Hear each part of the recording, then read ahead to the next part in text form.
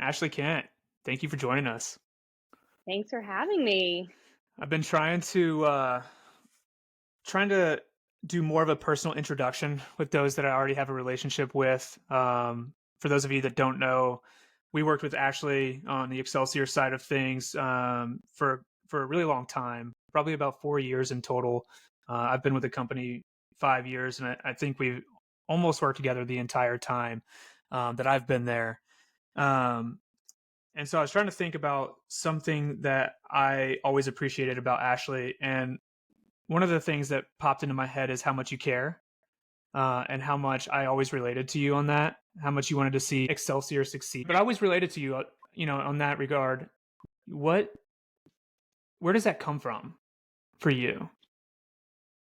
I think it's a really great question. And it's something that we've actually honed into on is one of our key differentiators with Clearstart. It's that we're really obsessed with our client success. We were going through our values of what actually mattered and beyond kind of the company and revenue and everything, which is also super important. I think that has been the number one thing that we've focused on. And I think it's why we've been 100%, referrals because people see that dedication to the companies. I'm always referring, to our companies as using that type of terminology, where it comes from. I don't know. I'm just an intense person and I really care about people. And I always want to work with, really great people. I got a dog and she's, deciding to chime in right now. That's how we know She's this going to is join us. real. This is You know, real. this is real, I was unedited, raw, and Ashley cares. I care. Like I do things all the way in. I go and get a puppy randomly.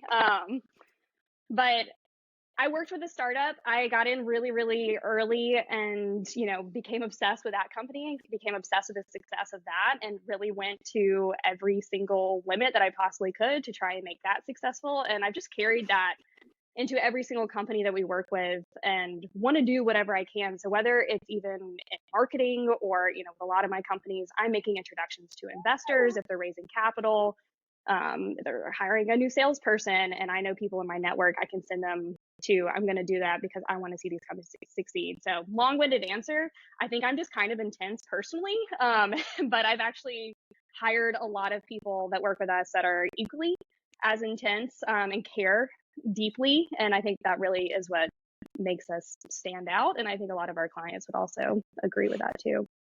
Yeah, I mean, I love it's like I said, humans. it's something that I always related to you with. Even before the podcast, but specifically with the podcast, right? Like you're putting yourself out there and you're dealing with maybe a sense of imposter syndrome. And I'm like, well, I'm not the smartest guy in the room who wants to listen to me, or, I work hard, but a lot of people work hard. But where can I separate myself, amongst the pack, whether it's at work or whatever it might be? I always feel like I'm up there, the care level, like that's just who I am. I care, and I always related to you on that fact. This is maybe a little bit different direction than I thought the podcast was going to go to start out with, but you brought up a good point there of hiring others that care a lot as well. I've been super lucky on the Excelsior side, both with colleagues that I work with and then third parties such as yourself that care. But one of the things that I've heard from others that is really difficult in the business world is finding employees, colleagues, those that care about your business as much as you do, or those that care about your clients as much as you do. What's that been like for you? Do you guys hire for culture and train for skill, or how do you go about looking at that? Hiring has been the wildest ride to date here at Clearstart. I really didn't know what my plan was going to be for it. I actually, early on with working with Brian, even y'all were one of my very first clients when it was just me. I did not have a team. Y'all worked, individually with me. And I always said, I think I'm just going to have a handful of clients. I'll probably never hire anyone. And my brother said to me at one point, he was like, if you're going to hire someone, are you going to do 2X or are you going to do 10X? And that's always stuck with me as, one of my barometers for hiring. And, I hired my first employee. Her name's Meredith. Y'all worked with her very closely. She's freaking phenomenal. She's still with me. She's And we great. did 10X. Yeah, in that first year. But once again, she was fresh out of college. Yeah, she had a marketing degree, but, what does that mean? So 100% I hire for culture. I have made the mistake in the past, though, of hiring for skills and expertise, and every single one of those people have not stuck around. Mhm. I saw that really quickly. Those are the people that wanted to show up, do their job, check the boxes. They never went above and beyond. And that 100% is just not a part of our culture at Clearstart. And, they're great people, all the things. It just wasn't the right fit. And like I said, we're pretty intense over here. We care hard, and, we just always are going the extra mile. And so if you're just showing up to, check your boxes, I got my work done, and, I'm going to sign off for the day, that's just not who we are. And so I've learned that 100%. I think that most everyone can be trained. I will say something that I've experienced here recently. The more that we've grown, we could be really scrappy and kind of like, watch me. And, that was my training, which is the worst training ever. But they were scrappy too, and kind of, just picked up over time. But as I've found that we've been growing and adding to our team, that can only work for so long. You really do need to have more scalable systems, documented systems, SOPs, things like that, to some extent that are still flexible, but people need some guardrails, as you're growing, because you can't just watch me anymore. I'm not leading clients anymore. You can't operate in that way. So I am starting to scale a lot of my systems going forward, but at the end of the day, I make sure that people are bought into our vision with Clearstart. Mhm. Actually, when I'm interviewing people, we don't talk as much about the job role itself. I spend so much time talking about the culture of Clearstart, what we believe in, our types of clients, and get them bought into that first, and then fully believe that you can kind of train people over time. Yeah, I mean, And we haven't had to deal with it so much on the Excelsior side of things lately in terms of hiring. We've been very lucky and had a sticky employee base, um, who are phenomenal. But I always appreciated that on the other side of things when I was interviewing, right? Going in and having a conversation and knowing that, hey, I can connect with this person and can see myself having a similar vision, right? I think that's incredibly important. And then you're more willing to buy in and provide that level of care that we talked about. And I can certainly provide the reference check on Clearstart that the team, at least the ones that I've met, we've not worked together for a little bit of time now, but the ones that I've met, they all care just as much as you. And you've certainly built an incredible culture there. And it stands out for sure. yeah, and I think, like you said, the stickiness, when you find really good employees, don't let them go. That's one of the Yeah. things I've definitely invested in. I mean, one of my goals for the year is, sorry about the one of my goals for the year is actually to, keep employees around and make them happy. It was to be a place people want to work. Yeah. So I'm just investing in a lot of things to keep people really excited about the growth of their own careers, figuring out ways that, they can continue to get more education, they can continue growing. And that's just been something that I've realized is really important. We've not had, of all the employees that I love, no one's left. If anyone's left Clearstart, it's because they were a bad fit. And so, you know, definitely believe in kind of having that stickiness there and keeping the right people. Yeah, absolutely. And, I think it's a good caveat too that just because someone wasn't a good fit, doesn't mean that they weren't a great employee or whatever. It's just that they weren't a fit, Yeah. and that's something that gets lost sometimes. When folks leave companies, and on the other side of things too, right? Like maybe they're leaving because they know it's not a good fit for them, and I think that gets lost. But so we kind of dove right into some pretty intense topics, which maybe wasn't the route that, like I said, that I thought I was going to go. I Let's told you I'm maybe, intense, so that's how I go. hey, I'm the same way, which, we always related on that. I think we both worked really hard and still do. But let's take a step back. Clearstart. What is it? How did you get here? Clearstart is a small boutique marketing strategy implementation agency. Funny to even call myself an agency. I really started off as a freelancer that needed an LLC to, actually get paid. And so that's why I had a name and everything there. But it started off, I'd been working for a health tech startup in Nashville. I was the first hire. I knew nothing. I had a degree in kinesiology, decided not to be a PT, had never taken a single business class while I was in college, and, decided, I don't know, it was like third quarter senior year, I was not going to turn in my PT applications. And so I had no idea what I was going to do. Left that, got hired by this startup in Nashville. I don't think that the CEO even read my resume, but I think he hired for culture, he saw that I was an incredibly hard worker. I came in and did literally everything within that company. I learned how to run all of our accounting, did all of our VC introductions, became really, really connected to the entrepreneurial space in Nashville, working with that company. And also it was a VC backed company from San Francisco VCs. It was actually by a lot of the guys that started the Blackstone group. And so I got to learn from some really smart people. Anyone knows the Blackstone group, you don't get much smarter than that. They really started everything in real estate. So it was really cool to be able to learn from them. The company itself did not make it, but I just learned a ton, became super, super connected in Nashville. And when we saw the writing on the wall, I actually was interviewing for a lot of like junior marketing level positions, and I kept making it to the final two. And then because everyone was like, "We love you, Ashley." And I kept making it to the final two, and then I would not get it because they would hire for skills and they'd go for the person that, knew a little bit more. And so then, I bet they regret it now though. I sure don't, because I would only be making, like entry level salary. And I actually spoke to one of the companies that I really wanted. They exited a couple years ago, and they're now doing their own consulting stuff. And it was a super full circle moment. Spoke to their CEO and director of marketing, who's, anyways, but it was really cool to kind of see like how far we've both come from there.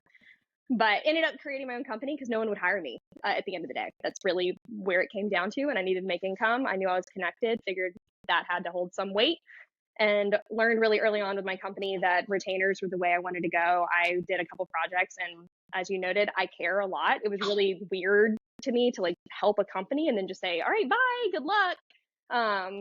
And recurring revenue is also a great thing. So I started getting in really deep. Excelsior was actually one of my very first clients that I had. It was my first introduction to the investment space. So, from here, we've grown a lot, and, I've been doing it now. It'll be 6 years in March. We now have a team of 6, about to bring on our 7th full-time person. Have a few contractors that help me with various things. But, we have 14 regular clients that we work with. We've grown a ton. I've learned a lot, and now, I'm really reshaping our model. Everyone keeps asking, how big do you want to grow this thing? And I love that you started off with that I care, because that's the thing that I've really hammered home to and realized. I was like, if I get too big, you can't care as much. You can't be as close. And I think that's one of the things that makes me excited about what I do. I get to actually talk to people, and I get to still be a part of these companies. And if you get too big, you lose that magic. So I've really decided, like, we are going to keep this small. We're going to work with a select number of clients. I don't really care to grow my team all that much more. To our point about hiring, it is a pain. So I really want to invest in the humans that I currently have. And I have 2 more key hires that I'm looking to do over this year, but really kind of calling it quits there. And we work really closely with our clients. We're, coming in, serving as the CMO, sitting there with the C-suite, listening to what's happening within the companies, and then actually implementing it. So, we do all the marketing things. We have all the capabilities in-house. I've invested a lot in our teams. We have creative directors, graphic designers, developers, and then also my generalists that are freaking rock stars. And they do everything from your social media to email marketing to podcasts, just like this. Running it for companies that don't have a budget to have that in-house marketing, but it feels like it with the way that we work. So long-winded answer to Clearstart, my journey, where we are. And yeah, I'm actually really happy to announce for this quarter, we're actually hitting a wait list. Just signed our last client for the quarter on Friday, which I'm just super pumped about, because it just means we can just keep focusing and going inward with the clients we have. and go from there. I like keeping it small right now. Yeah, and I think that's a good point. On the first episode of the podcast, I sat down with Trey Fitch, who's an owner of a Nashville gym, and we talked about work-life balance and setting boundaries. What we didn't get into is setting boundaries within the business. And Hmm. again, another topic that I wasn't planning on discussing maybe on this episode, but maybe talk about how you realized, what your goal was for Clearstart and how you're able to implement those boundaries to where you're like, hey, we're gonna make a wait list here, right? Like we're not gonna just continuously add clients on because we can. We're gonna continue to focus on and care and provide a level of passion to the clients that we have, or to, put out the resources that we think we have currently. Maybe talk about that for just a moment. Well, it's great because it's super fresh on my mind because I just came to the conclusion like a month ago. Let's go. So, um, everyone, even my team, like they've all been asking me for a year, like, where are we going with this? What are we going to do? And, there's a part of me, I'm super eager and ambitious. And, so I'm like, okay, like, how far can we take this? How much can we keep going? And we keep getting referrals. We keep getting, people that come in. But as you say, I think work-life balance is also incredibly important. I have two kids. I have a 5-year-old and a 3-year-old, and I also have a husband who is a partner at a law firm, works crazy hours as well, and, realized over this last year how little I see my children. Honestly, they're in daycare from, sometimes 7:30 to 5:30. It's a long day, and this is kind of the prime of their life. And I started noticing as I kept adding more team members, as I kept adding more clients, I was just so involved in the company and I just had no mental bandwidth for my family. Um, and so that's something that I kind of woke up to a little bit, and I wasn't really happy with, as we kept growing, it was just more frustrations than like having fun with what we were doing. And I wasn't giving my family the attention they deserve. So that's where I just made the decision. I was like, I think we can actually be like really successful if we keep it smaller. I think that's where our magic is. I think if we, all I've always said, I don't want to be like your traditional marketing agency because I think they're doing it wrong. I think it is all about how much can we squeeze out of clients? How much can we upsell them? It's not about developing those relationships to really see the company succeed. And, so I don't want to be that big one that's taking on, they have hundreds of clients. Like, I don't want to ever have more than 20. And even that seems like a lot to me right now. So I'd say it's a combination of not wanting additional headaches within the company, both on the client and team side. The more people you add in there, there's just more to manage and more to have to deal with. And I recognize that. Also recognize that our service would change if we kept growing. And it's not going to be, I think, the magic of what makes us Clearstart. And Mm-hmm. then just personally, recognizing like what do I want out of my life. My daughter's about to start elementary school. Like I actually have a good right now. They're in daycare all the time, but like elementary school starts, they have a lot more activities. There's, summertime, they're not in school. They're gonna, have to be in camps, and all they know is daycare and school. And I kind of want them to know a life outside of that, Yeah, that's eventually. crazy that So she's about to start. I mean, I guess she was being born when we met. That's how long we've known each other, which is yeah, pretty wild. I was actually pregnant with her when I launched Clearstart, which is pretty wild. So Yeah. Well, to hear you say that, you don't want to go over 20 as being one of your first, or I guess employed by one of your first, that sounds crazy to me as well. But man, that's awesome. I love to both, working with you during that time period and seeing your growth and success, what I would kind of say internally, but and then also now, watching you guys grow externally. It's been incredible to watch. Let's continue on this path for just a minute, and then we can get into the marketing side of things. So you mentioned that your employees, I guess, within the last year have been asking you, what's the goal? Where do you want to go? What's the vision? Let's maybe focus in on what it's like to go from a sole proprietorship to this amazing growth and a transformation of working for yourself, by yourself, to now you're a leader, a delegator, and your training. What's that transition been like for you over these last couple of years? Really hard. Um, really hard. It was a lot easier when I was still running the clients, Hmm. and got help, because like when I was doing that, I just wasn't having to do the stuff that I really didn't want to do, but I had to do because it was just me. So that was an easy one, for being able to delegate, but I still wanted my hands on everything and felt like I had to be there for it to be really successful.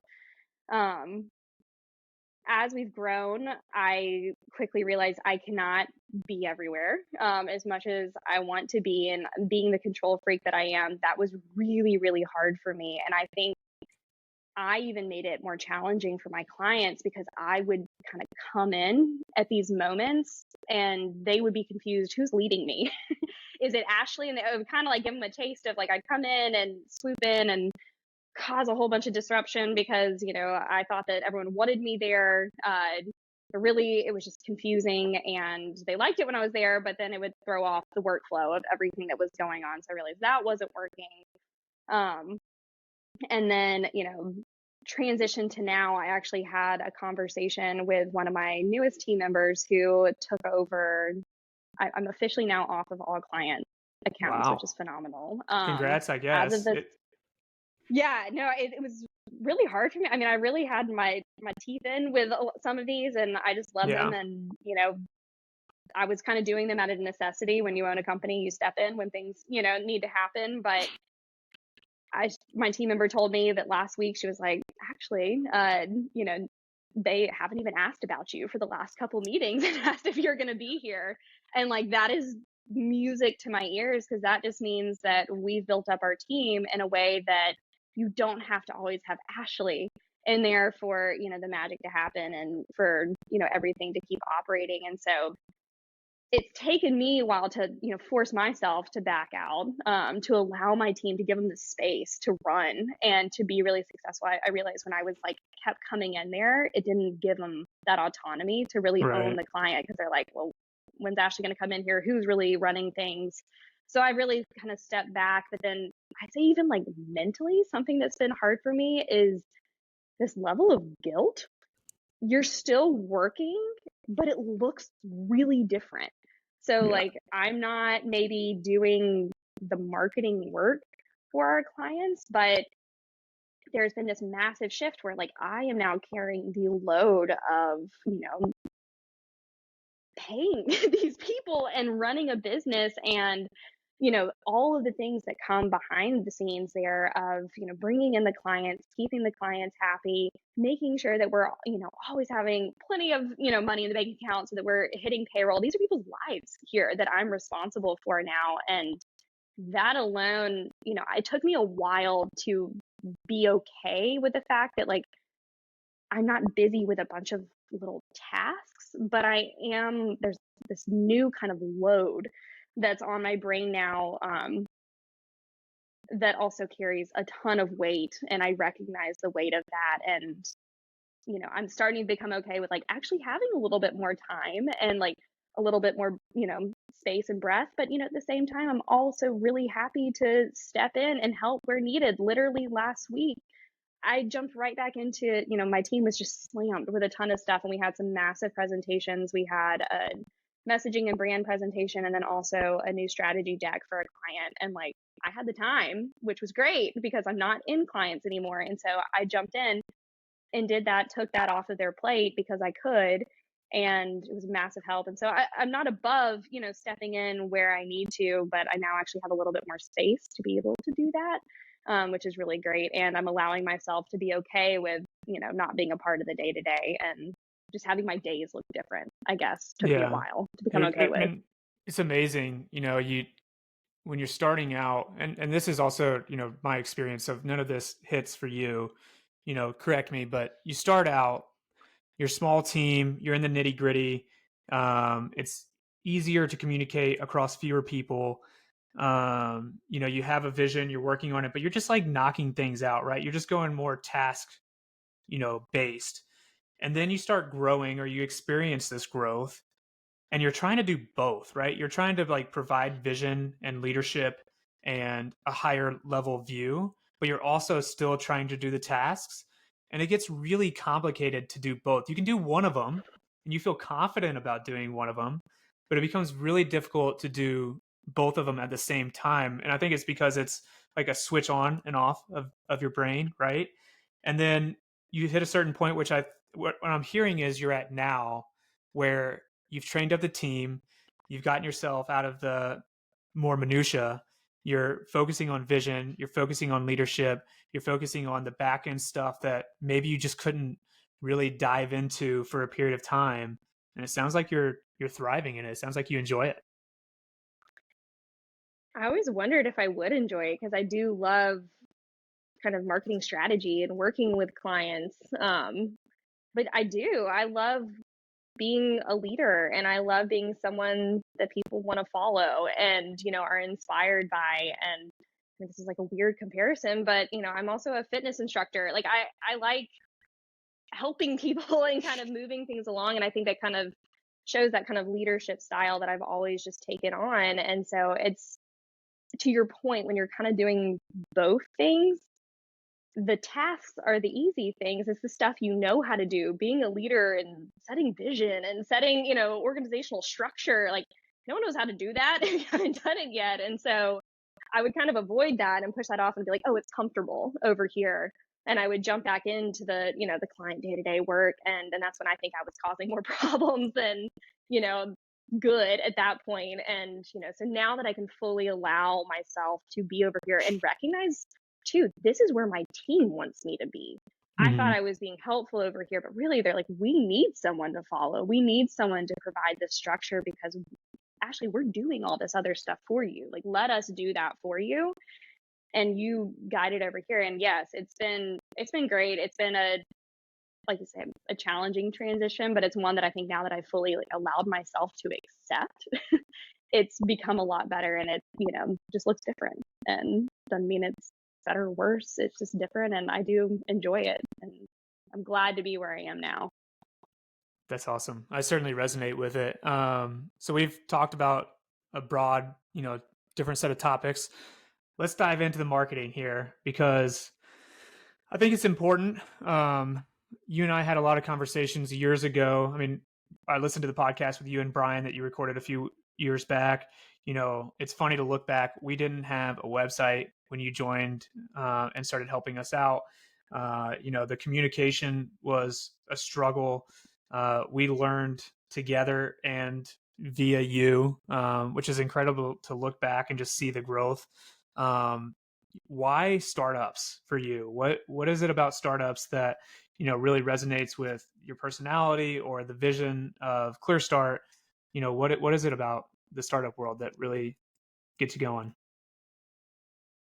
Kind of everything. I think a lot of startup founders, I just relate to them in a lot of ways. They're equally as intense as me. You have to be a little crazy to go out and, start your own thing to raise a bunch of capital. You have to be able to convince people of a lot of different things. And, most everyone that I work with, I mean, they're setting out to do something really cool and needed in industries. And I think it's really neat that there's this world that people are going out and changing the world in a cliche way. I was actually working on website copy and I had something around changing the world. And I was like, that sounds so cliche, but really it is that if you can become successful with what you're trying to do, you can change everything. Or at least something for someone if it's a super niche, audience, but you're trying to create something better at the end of the day. And I think that is just so cool. And I think that's why I care so much, because we don't work with companies that I don't believe in their product. If I think that it is completely missing, it's not helpful, or, they're just out there to make a bunch of money, that's not the right fit for us. I work with people that really care and want to make a difference and want to see this move forward. And so startups are kind of crazy. They're not kind of, they're crazy. They move really quickly, but I really, really like that pace because it allows us to, be able to bob and weave with them as well. I am someone that loves to work on a bunch of different things at once, try stuff, see how it works. If it doesn't work, bail, work on something else. And startups allow you that flexibility to be able to do that versus if we were working with larger companies, you have to get approval by all these different departments and everything moves really, really slowly. Whereas with these companies, we make a decision and we go.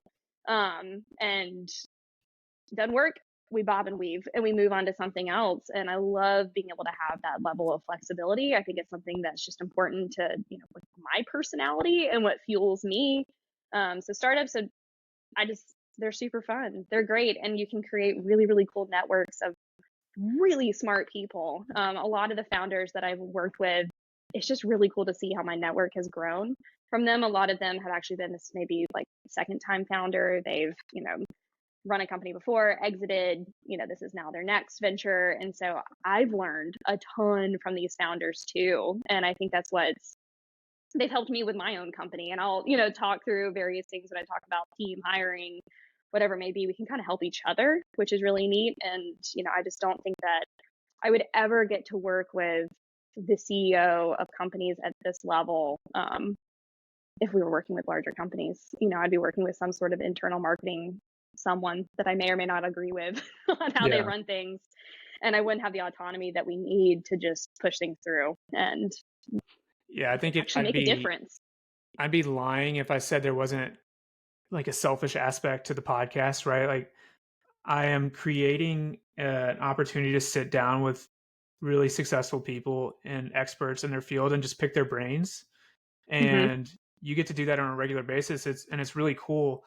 I do want to touch on something because you said your clients, had the opportunity to go out there and change the world. And I think back to one of, the relation or the conversations that we had early on around content marketing. And we really just wanted to focus on being a resource for our network, right? Like there was no other hidden agenda or anything behind it. Like we just wanted to be a resource for folks, specifically during COVID, because we had time on our hands. Maybe talk about that for a minute, what it's been like for you guys to be a resource for companies, and then also, how you can preach that and get that message across, to founders and CEOs. No, 100%. I mean, especially right now with how crowded, especially within kind of the capital raising, syndication space, how crowded marketing is getting in there. No one wants to be sold to at the end of the day. And, that was something that we understood early on with Excelsior. And, like you said, we just wanted to be a resource for them. And the most successful content marketers are those that are putting out valuable resources that you just want to get in front of the right people. You don't have to just be selling yourself left and right. Like, here's my product, here's my service, here's the call to action to, set up a call with me. That's what you see all the time. And people think that that's marketing. Really, you need to be getting eyes on the right people, have them trust you, and then it just becomes natural that, they're going to want to work with you because they respect you, they trust you, they understand that. And so, quit leading with the sales pitch and lead with what value you can bring to them. And it will just go so much further, and you're not going to turn people off. You're not going to be that sleazy salesperson. And you'll get to grow too. And you get to create really fun content, and it's a lot more interesting than like, here's a graphic for, schedule a demo, with us, and that no one's going to do. But create a really awesome blog or white paper or a webinar, and, people come to those things because they also want to grow, and you can be that valuable resource and create that community for people. Yeah. I mean, I'm no marketing expert, but I'm sure there's certain industries or certain products where, leading with that sales pitch makes a lot of sense, right?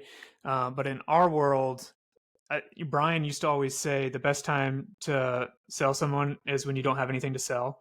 And I think that was really important, for us internally to focus on of like, how can we build trust and create a relationship with this person or with people?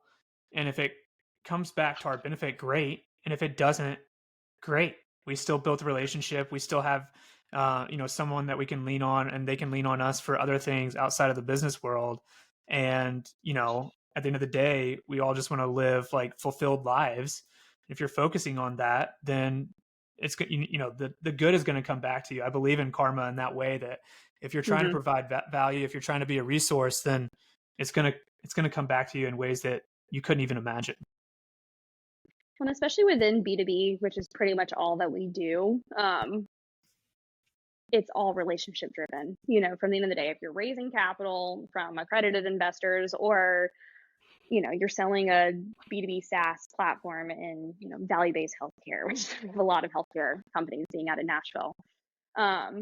It's all about driving relationships, building those relationships, because unless someone is literally in that buying window and ready to move forward, they're still out there price shopping at this point. If they're Right. looking at you versus someone else, they're going to see what features, all of that, and you might win with that, or you might not.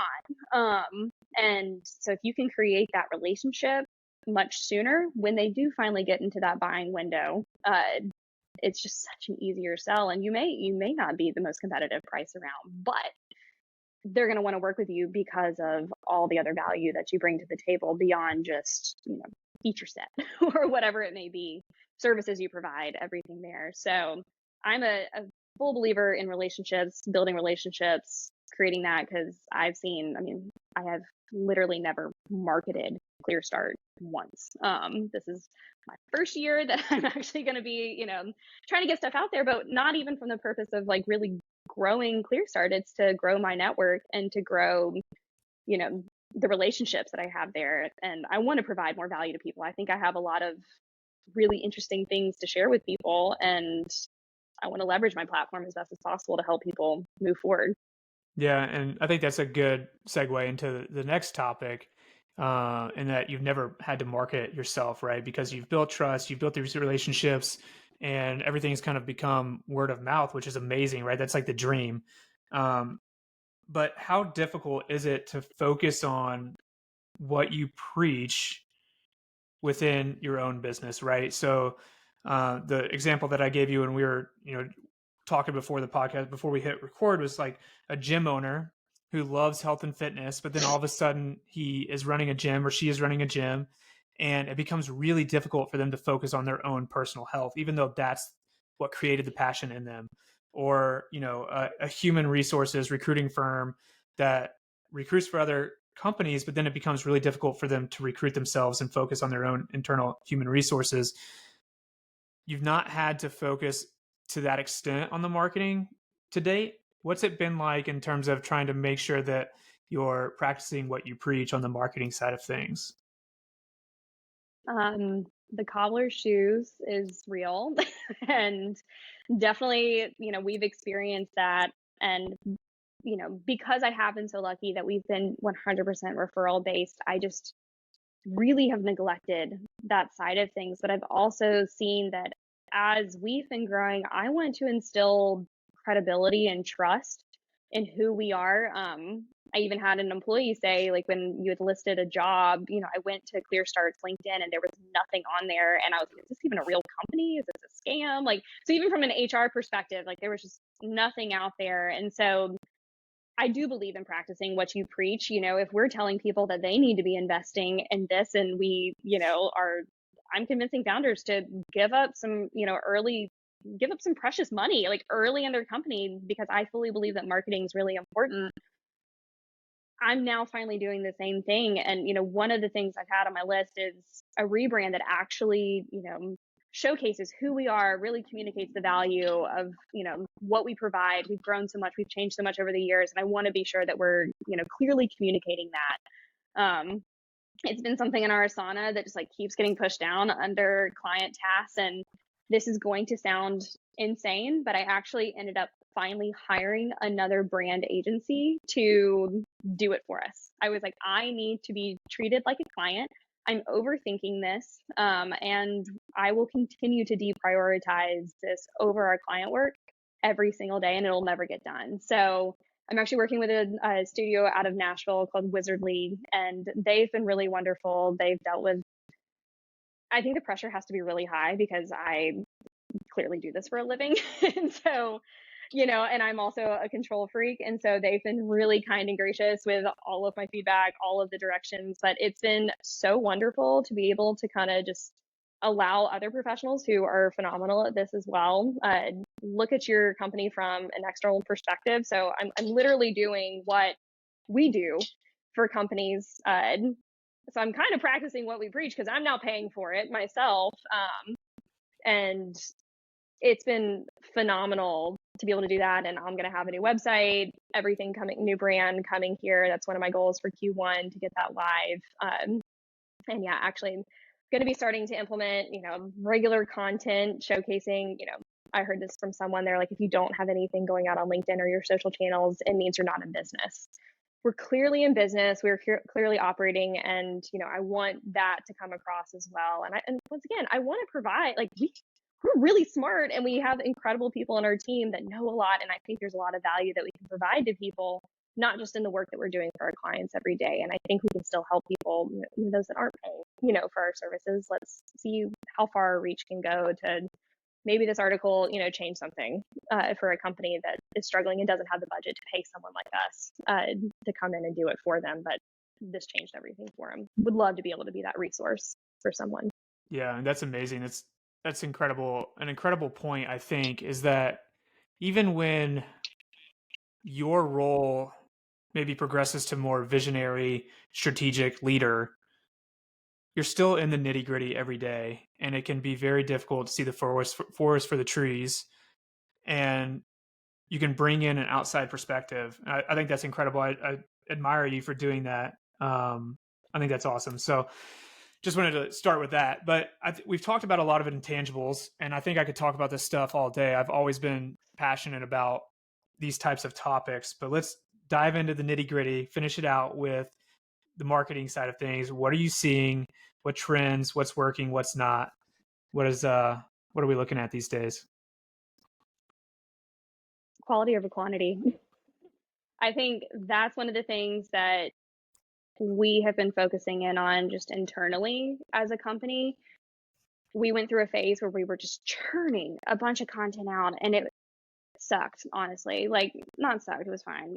But it wasn't to the extent of, like you were saying with Excelsior, we were wanting to just be a resource for people. We wanted to provide value in people's lives. And I think with the introduction of AI and everything, people are just churning out content more than they ever have. And it's really shitty, content that's going out there. And you can, we have clients now, they'll send us over, hey, I just wrote this white paper, and it like literally has like sections in there. They're like, insert a section on, such and such topic. And it's like, you didn't write this white paper. ChatGPT wrote this white paper. And these tools are phenomenal. I use them every single day. I will be very clear. But I think we've lost the art of creating really, really valuable content that speaks to people in this sea of just bot generated content that, has been tweaked and changed across a bunch of different things. So we've really changed a lot of our strategies to focus more on actually less content, but content that really moves the needle for people and is really valuable. And I'd say that's at least where us as a company being in the B2B space, we are really focusing internally. And then also I'd say one of the other areas that, we're really looking to kind of crack is more so within the outbound side of things. How can we really be valuable? It has become so messy and cluttered. You get LinkedIn DMs all the time. You get cold emails all the time. You're getting these texts all the time. How can you cut through all this noise to really create an effective outbound campaign? Because at the end of the day, you still need to get in front of people. You may not have a budget to bring in everyone organically or to bring in everyone, through ads, and you're going to have to go out. And so what does an effective strategy look like that isn't annoying, isn't something that's going to be, just driving mess in people's inboxes, but actual value when it comes to outbound campaigns? So that's something that we're really diving into to figure out how do we effectively do that, because it's necessary in the industries that we work in. So yeah, I mean, I think AI has been incredibly intriguing, right? But over the course of the year or so, you're already seeing a loss of authenticity, which is a word that we used to focus on in our conversations. And I think people are starving for that more than they ever have before, right? Which to some degree is the genesis of a podcast, right? Because even when you're trying not to, even when you're trying to focus on authenticity, a lot of the stuff that I write or put on social media, I still go back to ChatGPT to like either hone in or correct me Hmm. or maybe provide an outline, and it still comes through. But with the podcast, there's no AI involved in this whatsoever, other than maybe it telling me like, "Hey, you should probably edit this or pull that out." But it's just so much more authentic, and so I think the more that, and I talked about this with um, my last guest, Marcus Harris, on the insurance side of thing. No matter how good AI gets, we're all fearful of the jobs it could take away and the impact it could have. People are still going to yearn for that human connection in some way, shape, or form. And so the more that you can focus on that, at least in my perspective, I think the better long-term success that you're going to have. You're trying to grow a personal brand. You may not jump out as many followers as quickly as you would like, but over the long term, you're going to create a voice. You're going to become a much better resource that we've already talked about, and you're going to see a lot more success in the future. 100%. It's funny. I laugh at one of my healthcare startups this last year, especially within the VC space, everyone kind of had to have AI to look attractive to investors, or at least they thought they did. And, we started infusing that in our like messaging and everything. And then very quickly saw that everyone was doing that. And it's pretty hilarious because one of our key differentiators now is that we have a human component to what we offer in our services. And that is so appealing to these providers because they're having people selling them left and right, saying, in this particular instance, it's basically running, patient medical records through AI to find, risk codes, healthcare codes, things like that for risk adjustment. And all the other solutions are completely AI generated. There's no human, checking everything. And so we found a way to do it with humans and AI that, the combination of the two is where it really becomes magical. And people are like, okay, I have that assurance that a human is checking in, because at the end of the day, the AI is never perfect.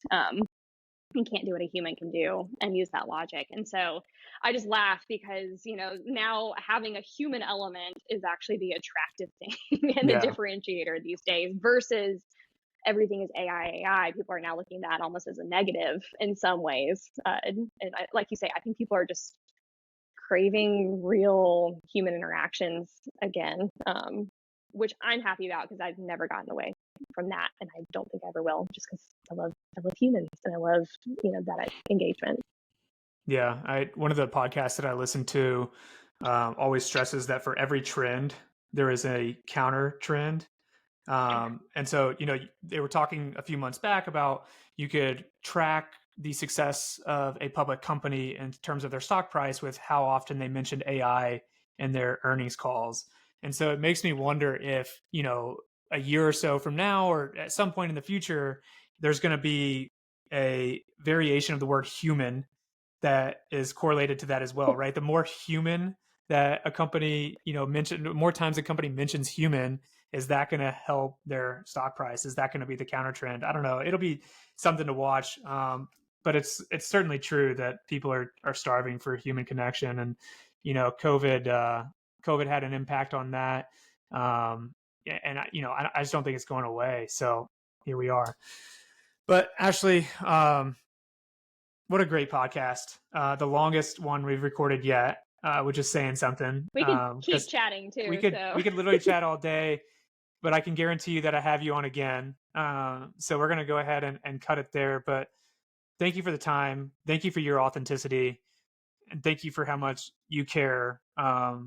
Because it really showed, and it's something I always really appreciated, and I'm certainly benefiting from it on the Excelsior side of things, because the Excelsior brand is due to you, and me even doing this podcast is due to you. So thank you.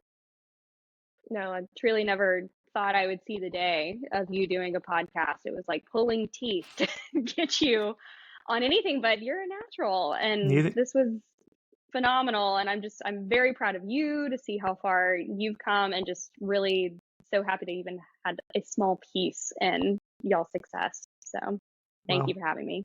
Thank you for that. And I've started it, now I just got to continue it. So TBD. But where can folks We're find you if they hitting want to 20 get in? episodes. Yeah. There we go. I've got to get to 20. That's the goal right now, and then we'll see what happens. Where can folks find you if they want to get in touch? You can find us over at clearstartcreative.com, which it will have a new face here in March. So depending on whenever you listen to this, we might have a new brand, we might not. But either way, I'm the same person behind the scenes and would love to chat with you. And like I said, just if you want any advice, resources, I'm here for that. If you're an early stage company looking for strategic marketing and you fully believe that you need that, we could be a partner for you once we open that wait list back up. I know. So I was about to say maybe I should have worded this with, if folks want to get on the wait list, how can they get in touch with you? But no, that's awesome. The episode will actually be published February 22nd. So good little segue into the new brand, and we can't wait to see it. So Ashley, thanks for joining us. Really appreciate it. so fun. Thank you.